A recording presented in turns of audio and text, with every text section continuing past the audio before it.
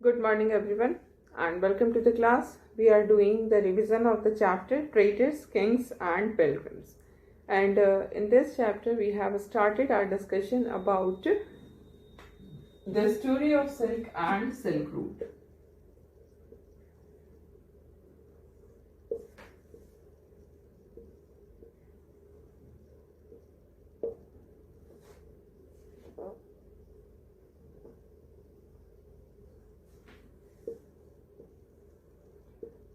तो हमने कल देखा था कि सिल्क जो है वो एक बहुत ही वैल्यूएबल फैब्रिक माना जाता है। काफ़ी, अगर सिल्क आपने कभी छुआ होगा, देखा होगा, मोस्टली हम लोग अपने इसमें देखते हैं, है ना।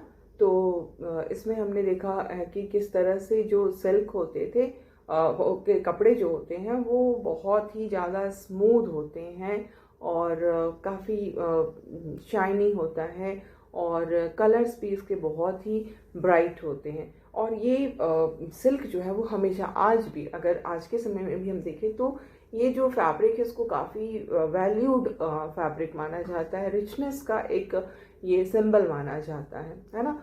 तो सिल्क जो है वो आज तो ऐसा है कि एंशिएंट टाइम में भी इसकी काफ़ी ज़्यादा, उस समय तो और भी ज़्यादा इम्पोर्टेंस था सिल्क का।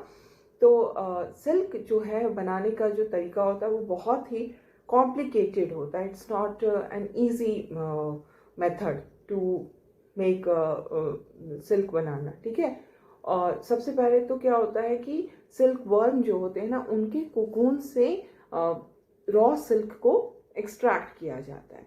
उनके कोकून से रॉ सिल्क एक्सट्रैक्ट करने के बाद उसकी स्पिनिंग की जाती है थ्रेड में, ठीक है, और तब उसकी वीविंग की जाती है, क्लोथ बनाया जाता है। ये टेक्निक बहुत ही कॉम्प्लिकेटेड है और इस टेक्निक की जो सबसे पहले स्टार्टिंग हुई थी वो चाइना में हुई थी। सिल्क को बनाने की जो टेक्नोलॉजी है that was developed in China around 7000 years ago, ठीक है। तो जब भी हम 7000 ईयर्स अगो कहते हैं, उसको हमें अगर एग्जैक्ट ईयर्स में निकालना होता है तो कैसे हम निकालेंगे कि ये कौन सी एडी या बीसी की बात हो रही है। ये निकालने के लिए हमें क्या करना पड़ता है, वी सब्ट्रैक्ट 7000 फ्रॉम 2000 जो कि प्रेजेंट ईयर है। अभी हम लोग 2021 में है, बट इसको हम लोग 2020 कंसिडर करते हैं, क्योंकि जब 1000 ऑफ ईयर्स की बात हो रही है तो फिर हम 2021 नहीं काउंट करते हैं, 1000 से काउंट करते हैं। तो हमारा आंसर क्या आता है, -5000। इसका मतलब, माइनस का मतलब बीसी। तो ये जो सिल्क बनाने का जो टेक्निक है that was invented in China around 7000 years ago.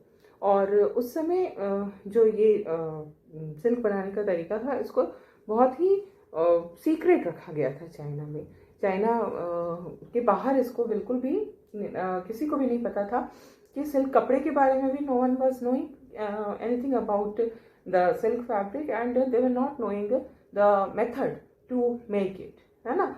लेकिन क्या हुआ कि धीरे धीरे ये जो सिल्क कपड़ा है वो चाइना से बाहर आने लगा। जैसे कि कई बार होता था, जो चाइनीज़ रूलर्स हैं वो डिफरेंट, और जो रूलर्स हैं लाइक ईरान के रूलर हैं, वेस्ट एशिया के रूलर हैं, उनको वो गिफ्ट में दे देते थे सिल्क के कपड़े। तो जब वो गिफ्ट में इस तरह से सिल्क के कपड़े चाइना से बाहर निकलने लगा तो लोगों को सिल्क के बारे में पता चलता है। और फिर जो ट्रेडर्स हैं वो भी सिल्क के कपड़े की ट्रेडिंग करते थे, है ना। जैसे कि डिस्टेंट लैंड पे लोग पैदल चल के, हॉर्स के बैक पे या कैमल पे चल के जाते थे, है ना। और वो अपने साथ क्या लेकर जाते थे, सिल्क। चाइना से वो दुनिया के डिफरेंट पार्ट्स में जाते थे ट्रेडिंग करने के लिए सिल्क के कपड़ों की। इसी को हम लोग सिल्क रूट कहते हैं। जिन पाथ को सिल्क के ट्रेडर्स ने अडॉप्ट किया, फूट पे चल के, हॉर्स बैक पे, कैमल के बैक पे चल करके, बैठ करके, सिल्क के कपड़े रख करके वो जिन रास्तों से जाते थे, उन्हीं रास्तों को हम सिल्क रूट के नाम से जानते हैं, ठीक है। तो जो एक सिर्फ चाइना का में स्टार्ट हुआ था और चाइना के लोग ही इसके बारे में जानते थे, लेकिन धीरे धीरे क्या हुआ कि ये स्प्रेड कर जाता है और आज से करीब 2000 ईयर्स अगो क्या होता है कि सिल्क जो है वो रोम में, जिसके बारे में हम लोगों ने पहले भी पढ़ा है कि किस तरह से रोम के साथ ट्रेड रिलेशन जो साउथ इंडिया के डिफरेंट पार्ट्स में चीज़ों का आना जाना रोम से होता था। रोम में हमने और भी चीज़ें देखी थी, लाइक बहुत ही बड़ा था रोमन एम्पायर। एल्सवेयर में भी हमने देखा ऑगस्टस जो कि वहाँ के सबसे इम्पॉर्टेंट रूलर थे, है ना। तो रोम तक ये जा चुका था सिल्क फ्रॉम चाइना करीब करीब 2000 ईयर्स अगो। तो इसमें क्या हम देखते हैं कि सिल्क को पहनना जो है वो एक बहुत बड़ा फैशन माना जाता था, खास करके रूलर्स, जो रूलर्स की फैमिली होती थी, जो रिच पीपल होते थे वो रोम में, उनके लिए बहुत बड़े ये फैशन की चीज़ थी सिल्क के कपड़े पहनना। और ये बहुत ज़्यादा एक्सपेंसिव हुआ करती थी। एक्सपेंसिव इसलिए, एक तो बनाने का तरीका बहुत ही कॉम्प्लिकेटेड था और ये बहुत दूर से आता था। You can just imagine on map China कहाँ है और रोम कहाँ है, बहुत ज़्यादा दूरी है दोनों के बीच में उस जमाने में, जबकि कोई ट्रांसपोर्टेशन का बहुत ही एडवांस्ड मीन्स नहीं अवेलेबल था। स्टिल ट्रेडर्स जो थे वो इतना हार्डशिप उठा करके चाइना से वो सिल्क के कपड़े लेकर के पहुंचाते थे रोम में। तो ऑब्वियसली वो एक्सपेंसिव हो जाएगा, क्योंकि जब ट्रेडर को इतने हार्डशिप लेने पड़ेंगे तो वो क्या करेगा, वो उसकी प्राइस बढ़ाएगा हार्डशिप के बदले में। तो ये बहुत कॉस्टली होता था। और इसमें जो है हम देखते हैं कि जो सिल्क के ट्रेडर्स होते थे उनको भी फायदा होता था, और सिल्क रूट पे जिनका कंट्रोल होता था, जिन किंग्स का कंट्रोल होता था, वो भी बहुत ज़्यादा फायदे में रहते थे। ठीक है, जैसे कि जो लोग सिल्क रूट जिस बात को अपना करके सिल्क के ट्रेडर्स जाते थे, उस रूट पे रहने वाले लोग कई तरह की पेमेंट मांगा करते थे। तो इन सब कारणों से सिल्क का कपड़ा जो है वो बहुत ज़्यादा एक्सपेंसिव हो जाता था।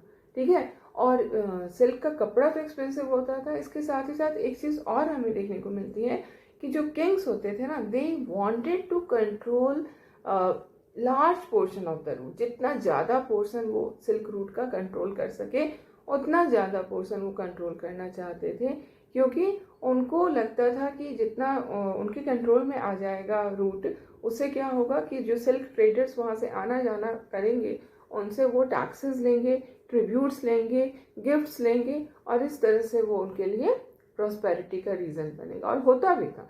जिस किसी भी किंग का सिल्क रूट पे कंट्रोल होता था उसको बहुत ज़्यादा पैसे का फ़ायदा होता था, क्योंकि उनको इतने सारे टैक्स, ट्रिब्यूट्स एंड गिफ्ट्स मिलते थे। लेकिन इन टैक्स, ट्रिब्यूट्स और गिफ्ट्स के बदले में उनको क्या करना पड़ता था, ट्रेडर्स को प्रोटेक्ट करना पड़ता था। बिकॉज ट्रेडर्स जो है वो फॉरेस्ट से होकर के गुजर रहे हैं, बिल्कुल जिसको हम कहेंगे कि डेंजरस पाथ से होकर गुजर रहे हैं। तो वैसे जगह में रॉबरी का भी खतरा होता था, उनकी जान को भी खतरा होता था। तो उन्हें प्रोटेक्शन प्रोवाइड करना किसका काम होता था, उन्हें प्रोटेक्शन प्रोवाइड करना राजा का काम होता था, क्योंकि राजा उसके बदले में ही तो उनसे ट्रेड एंड उनसे tax and tribute and gifts लिया करता था। तो राजा को उनको प्रोटेक्शन देना पड़ता था अपने किंगडम के थ्रू जब वो पास कर रहे होते, ताकि कोई भी रॉबर अगर उन पर अटैक करे तो उस अटैक से अपने आप को बचा सके। तो राजा इसके लिए उनको हेल्प करता था। ठीक है, अब हम देखते हैं कि जो सबसे इम्पॉर्टेंट रूलर है जिसने कि सिल्क रूट पे सबसे ज़्यादा कंट्रोल करके रखा, वो कौन थे? They were Kushanas. Kushanas were the rulers who controlled the silk route. सबसे ज़्यादा सिल्क रूट को जो कंट्रोल जिन्होंने किया, ठीक है, वो कुशानास थे।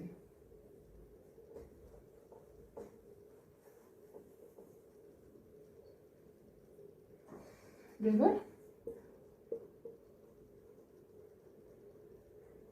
कुशानास।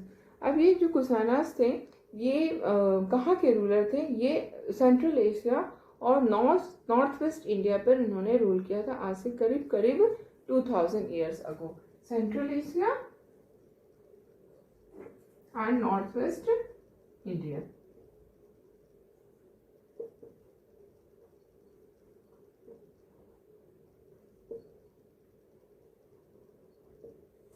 ठीक है, सेंट्रल एशिया और नॉर्थ वेस्ट इंडिया पर ये रूल करते थे। कब रूल करते थे? Around 2000 years ago.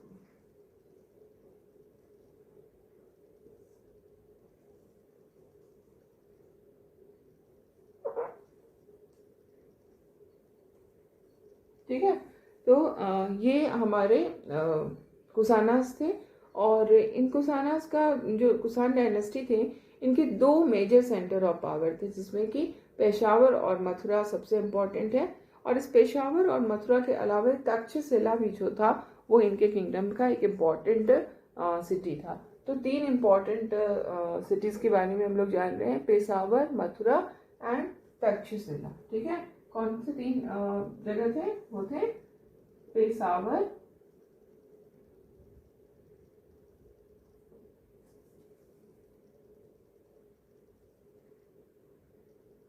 Mathura and Takshashila. ठीक है, ये इम्पोर्टेंट सिटीज थे कुसानास के एम्पायर में। ठीक है, and one more thing which is very important about Kusanas, that the Kusanas were they were amongst the earliest rulers who issued gold coins in the Indian subcontinent. Indian subcontinent में gold coins issue करने वाले जो राजा थे, उनमें Kushan dynasty के राजा ही main कहलाते हैं। ठीक है, तो क्योंकि यहाँ पर इनका जो मेन कंट्रोल था वो सिल्क रूट पे था, है ना, तो उसमें में जो ट्रेडर्स थे वो इन गोल्ड कॉइन्स को उनको वो यूज करते थे। ठीक है, so we have done with two topics, traders and kings, and now we will discuss about pilgrims and religion के बारे में। तो इस समय देखो, ये जो टाइम हम जिसके बारे में डिस्कशन कर रहे हैं, इस समय हम क्या देखते हैं कि जो बुद्धिज्म था उसका स्प्रेड बहुत ज़्यादा हो चुका था। बुद्धिज्म जो है वो पूरे के पूरे इंडियन सब कॉन्टिनेंट में ही नहीं बल्कि बाहर भी, ये इंडिया के बाहर भी, इंडियन सब कॉन्टिनेंट के बाहर भी इसके जो फॉलोअर्स थे उनका नंबर बढ़ता जा रहा था। तो अब हम लोग देखेंगे the spread of Buddhism.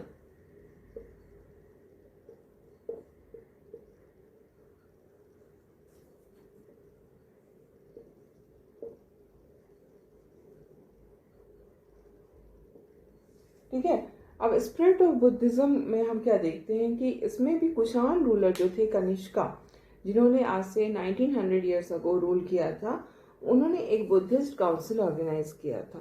Buddhist council का क्या मतलब हुआ कि जहाँ पर स्कॉलर्स आपस में मीट करते हैं, मिलते हैं, डिस्कशन करते हैं इम्पॉर्टेंट मैटर्स पे। तो उस तरह के बुद्धिस्ट काउंसिल को ऑर्गेनाइज किया गया था। सो Buddhist Council was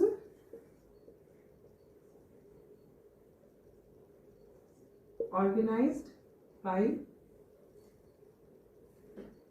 Kushana ruler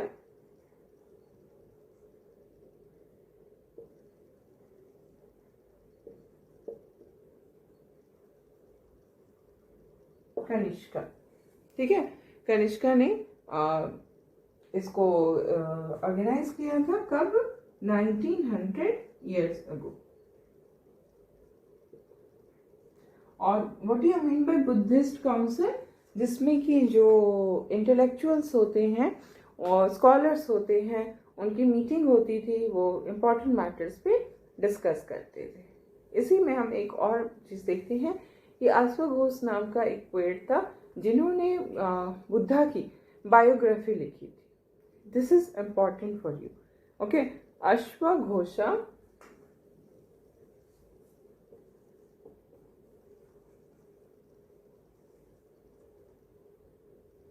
has written biography of Gautam Buddha. ठीक है,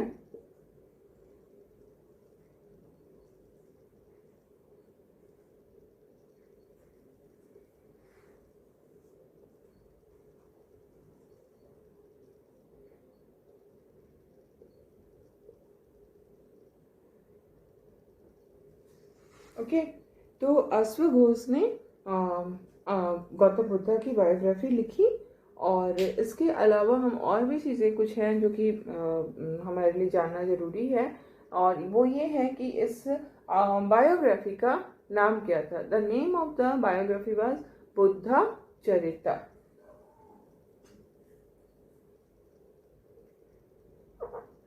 नेम्ड बुद्धा चरिता।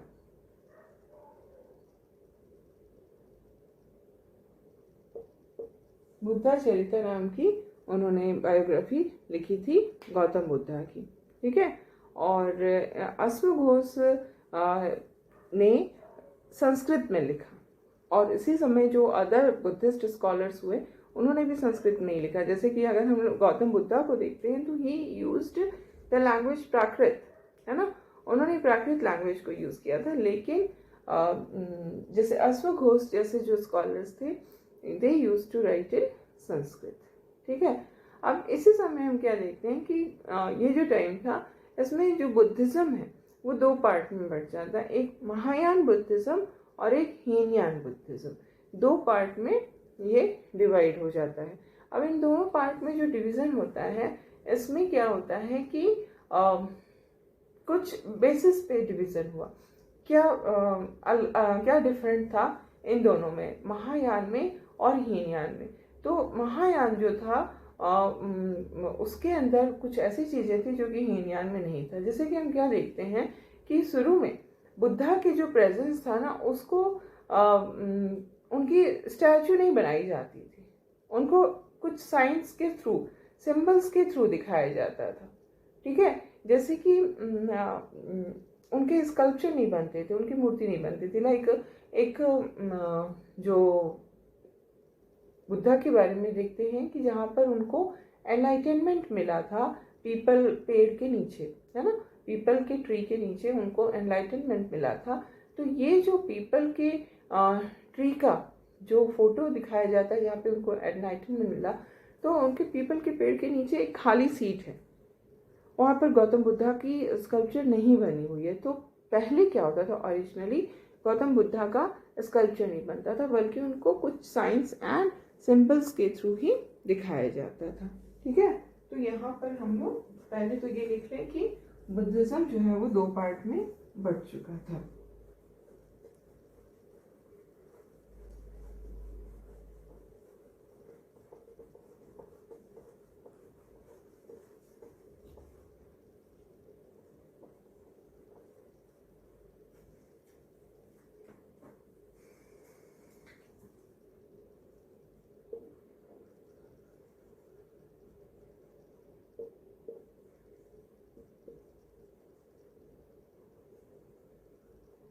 महायान और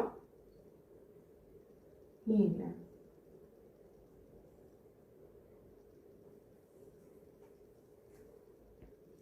So the older form of Buddhism was known as Hinayana, उनको हीनयान कहा गया, जो ओल्डर था, जिसमें कि स्कल्पचर नहीं बनता था। और एक और चीज था वो अभी हम लोग डिस्कस करेंगे। और महायान के अंदर sculpture of Buddha was started, है ना। जैसे कि अगर हम लोग सांची के जो स्तूप है वहां पर जो बना हुआ है स्कल्पचर, उसमें हम क्या देखते हैं कि पीपल का पेड़ है और पीपल के पेड़ के नीचे एक खाली सीट रखी हुई है ना। तो वो सिंबलाइज कर रहा है बुद्धा को। बुद्धा की मूर्ति नहीं बनती थी, उसको हीनयान कहा गया पुराने वाले को, और नया जो आया उसको महायान कहा गया। इसी तरह से एक और मेजर चेंज आता है और वो that major change is about the Bodhisattvas. अब बोधिसत्वास क्या हुए, बोधिसत्वास जो है वो लोग होते थे ना जिनके बारे में ऐसा माना जाता था कि उनको एनलाइटनमेंट मिल चुका है, जैसे गौतम बुद्धा को मिला था। उसी तरह से जो बुद्धिस्ट मॉन्क्स होते थे जिनको कि एनलाइटनमेंट मिल गया है, दे वर नोन एज बोधिसत्वास। तो अब बोधिसत्वास में भी कुछ चेंजेस आते हैं। क्या चेंज आते हैं बोधिसत्वास? तो ये चेंज क्या आता है? चेंज ये आता है ना कि पहले जो बोधिसत्वास होते थे जिनको कि एनलाइटनमेंट मिल गया होता है, उनसे ये एक्सपेक्टेशन होता था कि they will live in complete isolation. उनको एनलाइटनमेंट के बाद उनको लोगों से मिलने जुलने की बात नहीं होती थी, उनको आइसोलेशन में रहना है और मेडिटेशन करना है, ठीक है। लेकिन अब क्या हुआ कि जो नया महायान आ रहा है बुद्धिज्म के अंदर, इसमें ये कहा जा रहा है कि नहीं, बोधिसत्वास को जब एक बार एनलाइटनमेंट मिल गया है, then it is their duty to spread that knowledge. Enlightenment क्या है? ज्ञान का प्रकाश उन्हें मिल चुका है, तो उसको उनको अकेले भी रहने की जरूरत नहीं है। उनको मेडिटेशन करना है, ठीक है, बट उनको लोगों के बीच रह करके अपने ज्ञान को स्प्रेड करना है, ठीक है। तो बोधिसत्वर्स के बारे में भी ये चीज़ें जो है वो चेंज होती है, और बोधिसत्वर्स की वर्शिप होना स्टार्ट हो जाती है, ठीक है। Worship of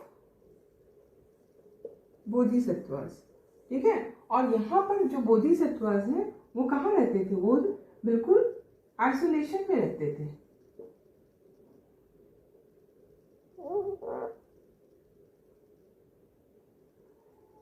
They lived in isolation। तो अब ये सारे चेंजेस आए, ये दो इम्पॉर्टेंट चेंज है।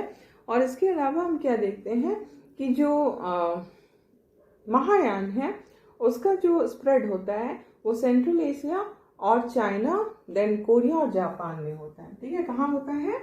सेंट्रल एशिया,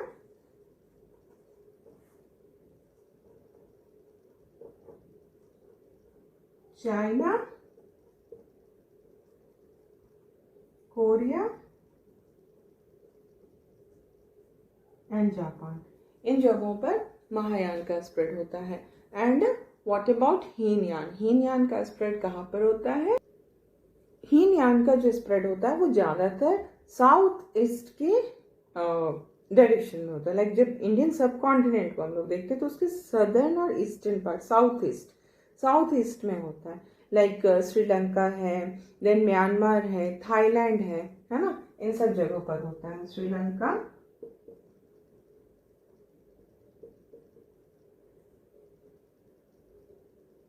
म्यांमार, थाईलैंड, ठीक है।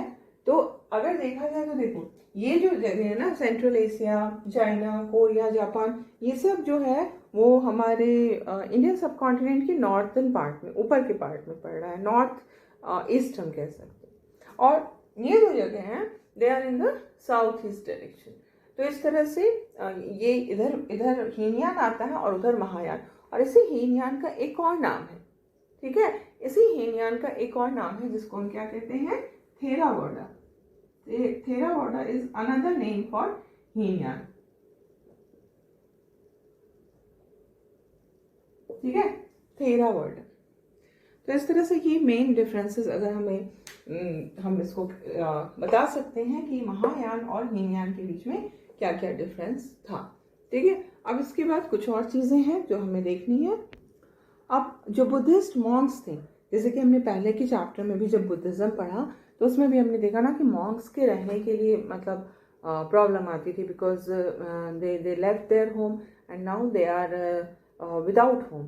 तो ऐसे में जब जैसे एक्सट्रीम वेदर कंडीशंस हैं, बहुत ज़्यादा गर्मी, बहुत ज़्यादा ठंडी या फिर बारिश के समय में उनको शेल्टर की प्रॉब्लम आती थी। तो उसके लिए हम लोग क्या देखे थे कि बहुत सारे शेल्टर के इंतजाम किए जाते थे, मोनास्ट्रीज वगैरह बनाए जाते थे। तो ये अभी भी ये चीज़ें हो रही थी। जैसे कि इसमें हम क्या देखते हैं कि केव्स, बहुत सारे केव्स हॉलो करके, हिल्स को जो है उसको उसमें हॉलो करके केव्स बनाए जाते थे मॉन्क्स के लिए, ताकि मॉन्क्स उसमें रह सके। अगर बहुत ज़्यादा जब भी वेदर कंडीशंस ख़राब हो रही हैं तो उस समय में मॉन्क्स को शेल्टर मिल सके उन केव्स में।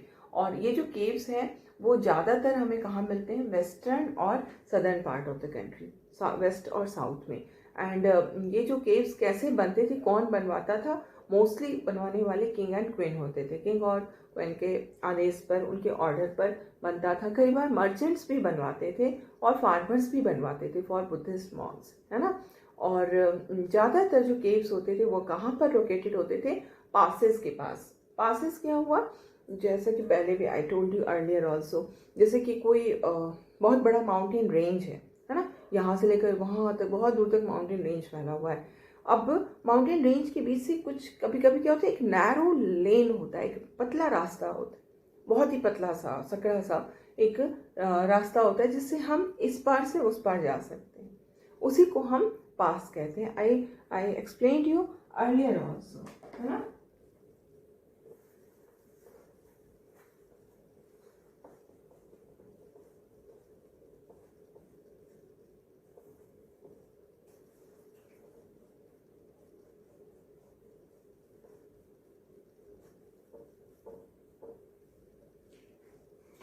जैसे अगर हम देखें, ये पहाड़ है, पूरे माउंटेन का रेंज है, इधर में लैंड है, इधर में उधर लैंड है, इधर लैंड है। अब इस पूरे माउंटेन रेंज के बीच में हम क्या देखते हैं कि पतले पतले रास्ते हो सकते हैं, जिससे कि हम इधर से उधर जा सके। ठीक है, ये जो पतले नैरो रास्ते होते हैं ना, इन्हीं को हम पास के नाम से जानते हैं। तो ज़्यादातर जो केव्स हम देख रहे हैं, जो मॉन्क्स के लिए केव्स बनाए जाते थे, वो कहाँ पर बनते थे? वो जहाँ पर पास होते थे वहीं पर बनते थे। जैसे कि हम लोगों ने ज्योग्राफी में देखा था ना, ईस्टर्न घाट और वेस्टर्न घाट। इंडिया जो कि पेनिनसुला है, इसके वेस्ट में पूरा ऊपर से लेकर नीचे तक पहाड़ का रेंज है, जिसको हम वेस्टर्न घाट कहते हैं, और इसी तरह से ईस्ट में भी पहाड़ों का रेंज है, जिसको ईस्टर्न घाट कहते हैं। तो इस वेस्टर्न घाट में हम क्या देखते हैं कि ज़्यादातर जो पासिस के पास में बहुत सारे हॉलो कर करके केव्स बनाए हुए थे बुद्धिस्ट मॉन्क के लिए। तो यहाँ पर ये क्यों यहीं पर बनाए थे? क्योंकि यहाँ ये ट्रेडर्स भी इन केव्स को यूज़ करते थे, क्योंकि traders they were also use to move from one place to another. They also faced so many problems during the rainy season, during the extreme weather conditions. So in that condition, in order to protect themselves, they also needed some kind of shelter. तो उस समय तो ऐसा कोई hotel restaurants नहीं हुआ करता था। तो ये जो केव्स जो मॉन्क्स के लिए बनते थे, उसको ट्रेडर्स भी यूज़ करते थे। ठीक है, ताकि वो आराम करके फिर वो आगे बढ़ सके। तो इस तरह से ये हमारा हो गया। अब हम एक दूसरी चीज़ तो देखेंगे, and that is the quest of the pilgrims. सबसे पहले तो हमें ये समझना होगा कि पिलग्रिम का क्या मतलब होता है। ठीक है, पिलग्रिम क्या होता है? जब हम किसी रिलीजियस पर्पज से जब हम ट्रैवल करते हैं ना, तो उसको हम पिलग्रिम कहते हैं। रिलीजियस पर्पज से जब हम ट्रैवल करते हैं, जर्नी करते हैं, होली प्लेसेस में विजिट करने के लिए जब हम जर्नी करते हैं, तो उसको हम पिलग्रिम कहते हैं। ठीक है, तो अब हमें जो देखना है वो है द क्वेस्ट फॉर पिलग्रिम्स। ठीक है, अब ये क्या है the quest for Pilgrim? What do you mean by this? इसका ये मतलब हम देख रहे हैं कि जैसे ट्रेडर्स जो थे वो डिस्टेंट प्लेसेस पे जाते थे सामानों को बेचने के लिए, उसी तरह से पिलग्रिम्स जो थे वो भी डिफरेंट प्लेसेस पे जाते थे। And often what happened, how these pilgrims moved from one place to another, they used to move with the traders only. Trader जा रहे हैं सामान लेकर के, सामान बेचने के लिए दूर दूर के जगहों पे जाना है उनको, तो उनके साथ उनके जो कारवान्स होते थे, उनके जो शिप होते थे, उसमें ज़्यादातर पिलग्रिम्स भी साथ हो लिया करते थे, और उन जगहों पर, मुश्किल जगहों पर, दूर दराज के जगहों पर वो पहुंच जाया करते थे। इस तरह से बहुत सारे जो कई सारे चाइनीज़ पिलग्रिम्स, बुद्धिस्ट पिलग्रिम्स जो है वो इंडिया आए थे। Chinese Buddhist pilgrims.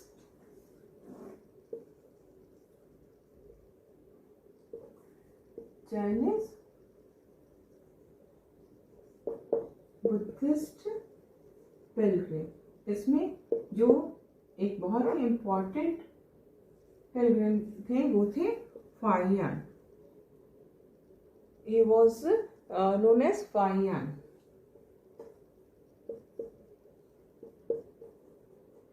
ये फाहियान जो है वो एक थे।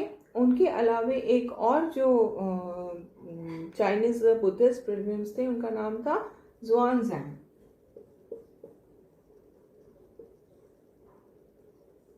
ठीक है, Fahien, Xuanzang, and other than Xuanzang and Faiyuan, there was one more pilgrim, Chinese pilgrim. He was Ai Qing. I queen. तो ये 3 जो पिलग्रिम्स थे वो इंडिया आए थे। तो इनके बारे में हम और भी डिस्कस करेंगे नेक्स्ट क्लास में।